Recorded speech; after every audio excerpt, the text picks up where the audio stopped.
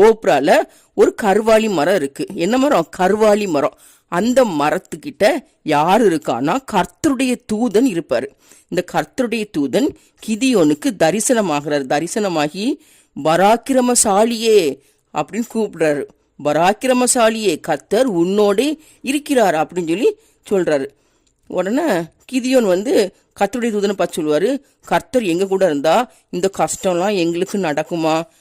எங்கள் பிதாக்களை எகிப்திலிருந்து கர்த்தர் அழைத்துட்டு வரச்சுல அவர் செய்த அற்புதங்கள்லாம் எங்க போச்சு?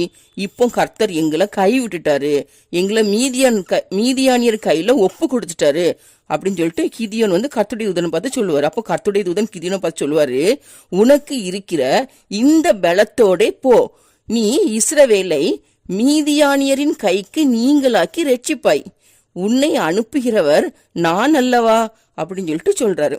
உடனே கிதியோன் சொல்லுவாரு, என் ஆண்டவரே, இஸ்ரவேல்லையே என்னுடைய கோத்திரம் ரொம்ப சின்னது, அதுல எங்க தகப்பனுடைய குடும்பம், தகப்பனுடைய வீட்டார் எல்லாருலயும் சிறியவங்க, அப்படி இருக்கச்சுல நான் எப்படி இஸ்ரவேலை ரட்சிப்பேன் அப்படின்னு சொல்லிட்டு கிதியோன் சொல்றாரு. அப்போ கர்த்தருடைய தூதன் சொல்றாரு, நான் உன்னோட கூட இருப்பேன், ஒரே மனுஷனை முறியடிக்கிறது மாதிரி நீ இந்த மொத்த மீதியானியரையும் நீ முறியடிப்பா அப்படின்னு சொல்லிட்டு